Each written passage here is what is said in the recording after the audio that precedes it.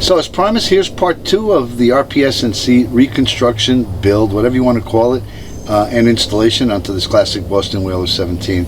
So in case you missed part 1, you can see part 1 right here. But anyway, stay tuned, keep watching, and you'll see how we got this done. But before we do that, hit the subscribe button, hit the bell button. You'll get notifications when I do videos and put them up in the future. Alright, today's video we're going to go through building and installing an RPS seat. I've already cleaned these up, and what I did with these was I actually painted them. There was old paint on there, and it was just a mess, so I sanded them lightly, and I used this Rust-Oleum Accents black flat and then camouflage brown, and I'm pleased with the way it came out. It'll do. I also had the seat recovered. Now the gentleman that recovered it, he saw that the old wood was starting to rot. He actually replaced it, didn't charge me extra for it. So if any of you are in central North Carolina near 95 and you're interested in using this guy, give me a holler. I'll hook you up with him. He's really reasonable, did a great job on the seat. So the thing I got to do now is establish which is the front, and we need to drill holes for it for the back, because there's no holes since it got the old wood out. So I'm going to turn this upside down.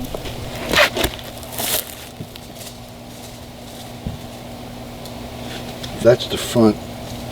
Then it would be like this.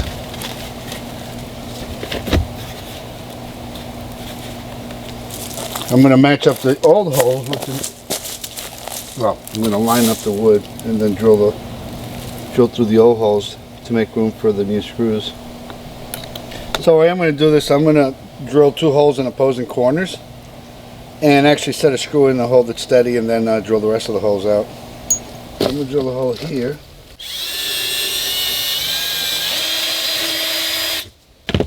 Then I'm going to drive one of these screws in there, do the other corner,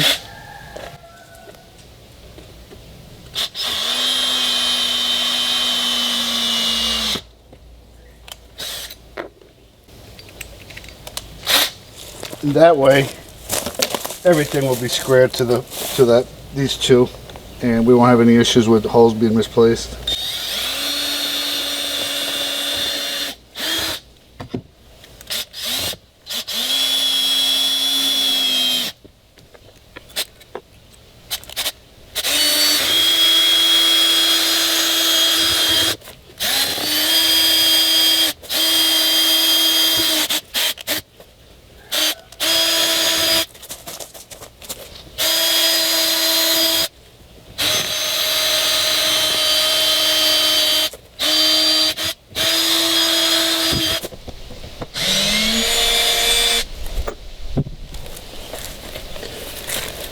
Now one of the key things is these, I guess nylon you could call them.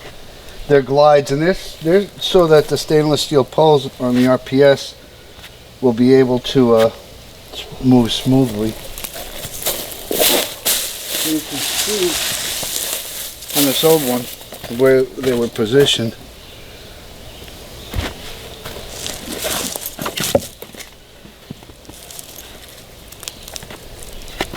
They're just outside of the hole, yeah. But I don't know that where he has the holes necessarily. Yeah, it's different. So we're right there. And this is for the backrest of the RPS.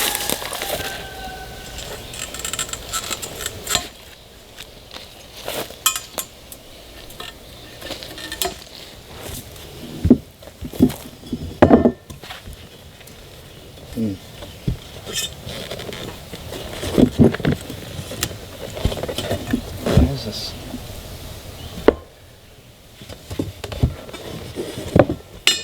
So hold on. I know how to solve this. Raise it? Yep. Yeah.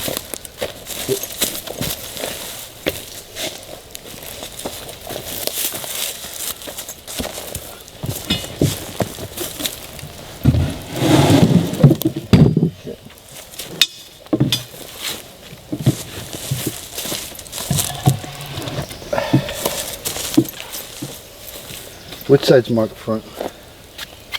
This one right front. So this is gonna go. So. You want to do one side at a time? Yeah.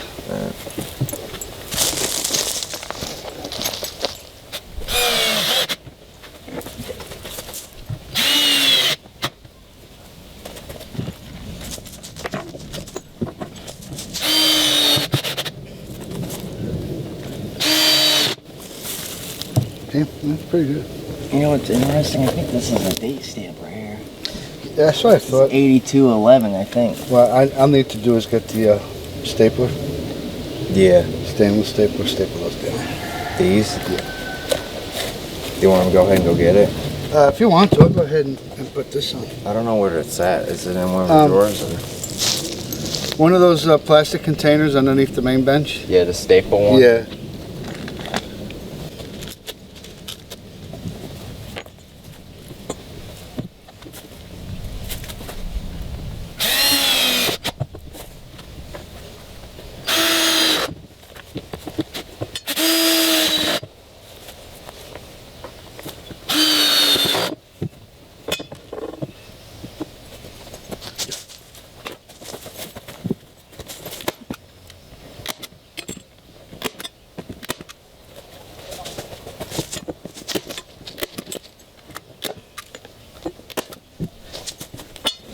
And there we go. So now comes the fun part. And the reason I say that is because we're going to go ahead and mount this, but the rest of the back looks like this. Yeah, that's it right there. It's all in pieces. There's no assembly instructions. I'm basically going to have to puzzle it out as I go along, so it should be fun. But doable. I have a good idea how to get this done. Alright, so we get ready to install the seat. Now, one of the things we've noticed when we tighten the screws up is that everything seems to be off. So we've loosened the screws in the bottom of the seat, and that way we can get the Z-legs installed. Now, what I've done is I've actually filled these up with epoxy and cored them out, put like a, I guess you could call them a hockey puck underneath of it of epoxy for some extra strength. So I'm going to have to re-drill these, and then we'll seal it and mount the seat, the Z-legs. Then we'll tighten up the screws on the top, and we'll be done with that part of the seat mounting.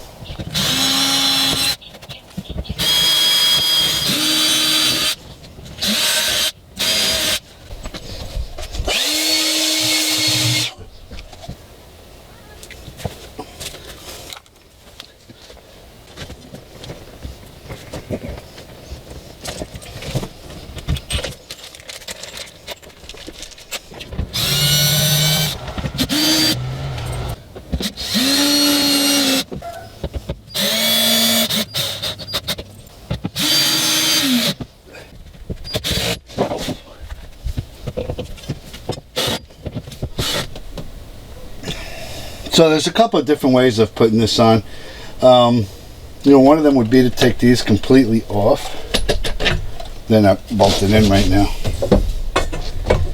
And insert that in there. So what I'm going to do, I'm going to use this method right here. Now, one of the things I did want to mention is, I don't know how precise Boston Whaler was when they drilled these holes.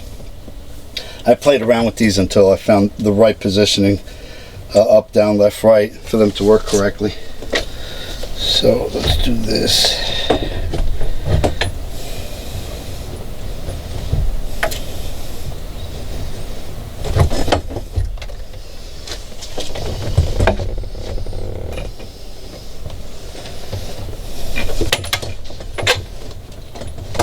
I'm just gonna get those started.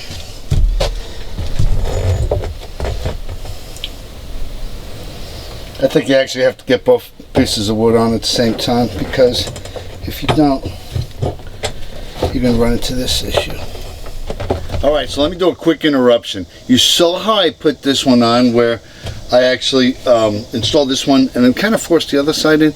I personally think the best way to do this is to mount these woods onto the stainless on both sides.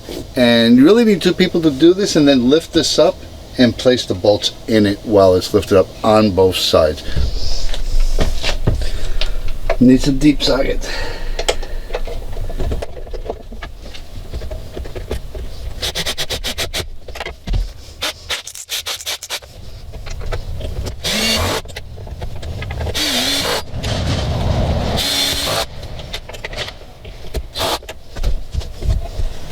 Little tip, having the rod holder, well, you have to have it out to get the nuts and bolts in, but it actually helps you see what you're doing.